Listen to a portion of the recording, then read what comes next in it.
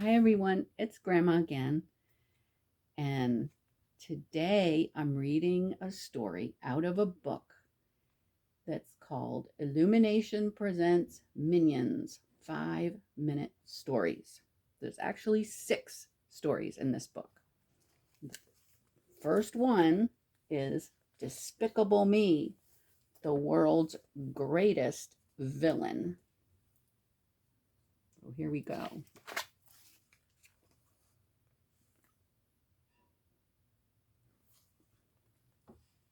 This is Gru. Gru has a very cool job. He's a professional villain.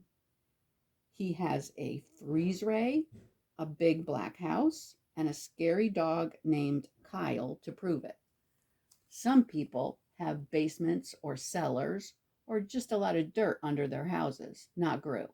Underneath his big black house, he has a huge secret lair and a secret lab where a mad scientist named Dr. Nefario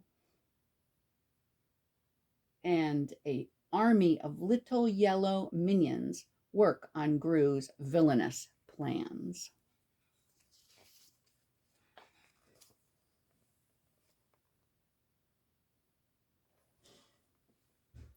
Gru dreams of being the greatest villain in the world. He has behaved badly in the past, popping kids' balloons, freezing customers at the coffee shop so he could move to the front of the line. But Gru wants to do something bigger. Gru sits with his dog Kyle in front of the TV looking for an idea. The news interrupts his show. "This just in," shouts the newsman on TV. "The Great Pyramid of Giza has been stolen and replaced by a pyramid-shaped balloon. It's being called the crime of the century."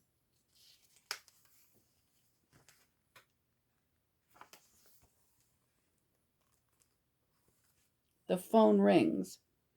Gru knows it's his mother. "Hello, Mom," he says. "I wanted to congratulate you on stealing the pyramid," she says. "That was you, wasn't it? Or was it a villain who's actually successful?" Gru knows his mom isn't just rubbing it in. He sighs and hangs up. Who is this other villain, Gru wonders. He wishes he had thought of stealing the pyramid first. Suddenly, Gru has a big idea, an idea for the biggest crime ever.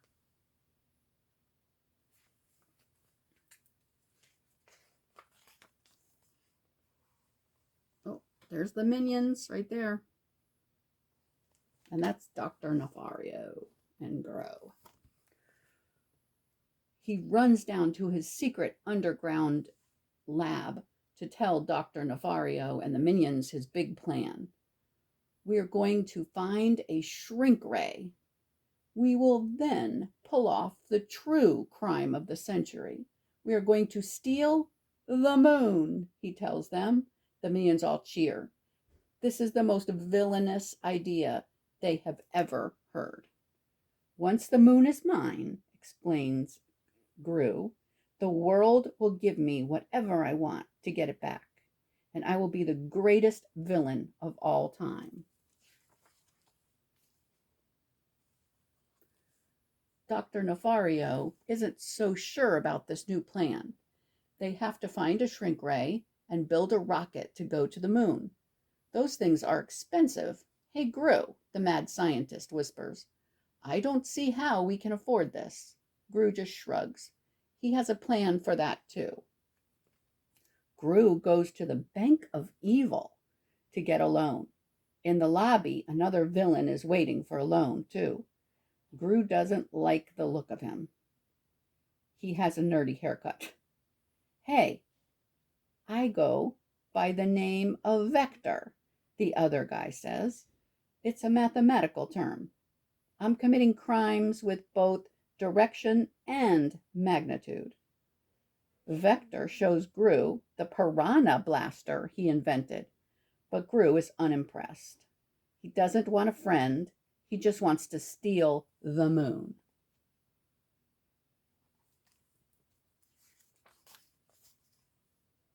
But the bank manager won't give him a loan.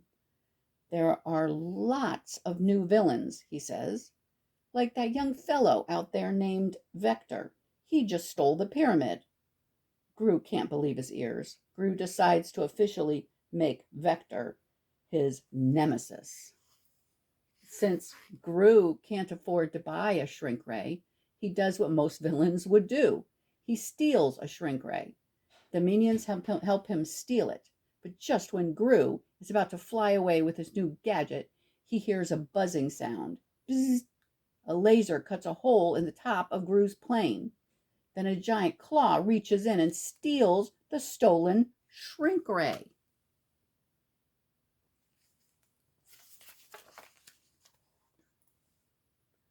Gru looks out the window. It's Vector. Quick! Don't let him get away, Gru shouts.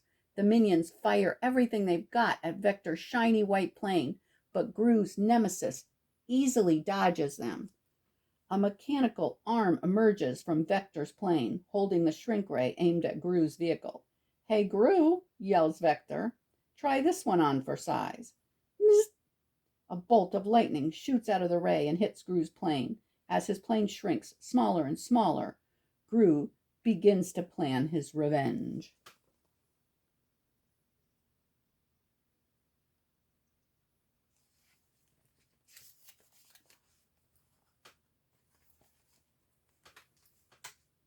Vector lives in a sleek white house.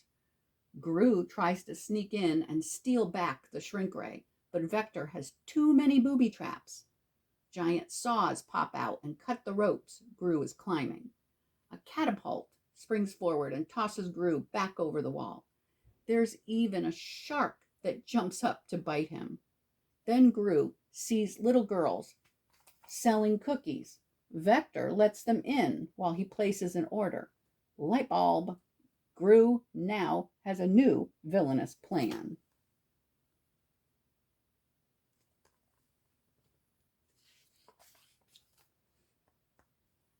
A few days later, the girls return to deliver the cookies, but Gru has filled one box with cookie-shaped robots. Once inside, Gru uses a remote control to operate the cookie bots. The robots sprout legs and steal back the shrink ray.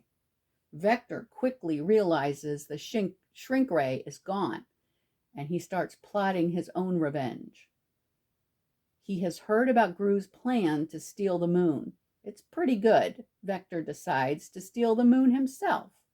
Wait until Gru sees my squid launcher, Vector says. The moon is as good as mine. The cookie bots.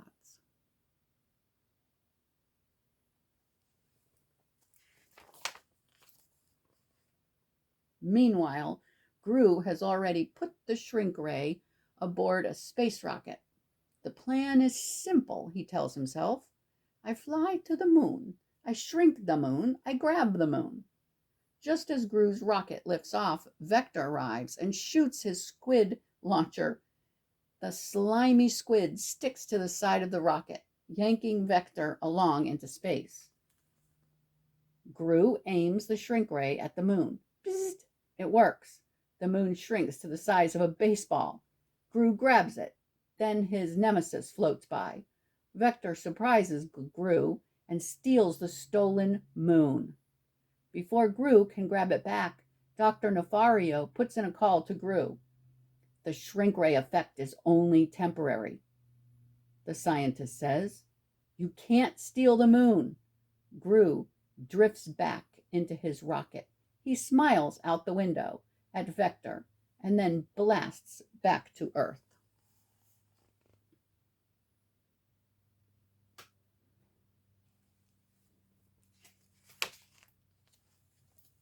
Suddenly, the tiny moon in Vector's hand begins to grow and grow and grow until it's back to its full size. Vector is stranded on the moon. Gru races home in his rocket and then runs outside to admire the night sky. Good night, the Vector, he calls out. Until next time.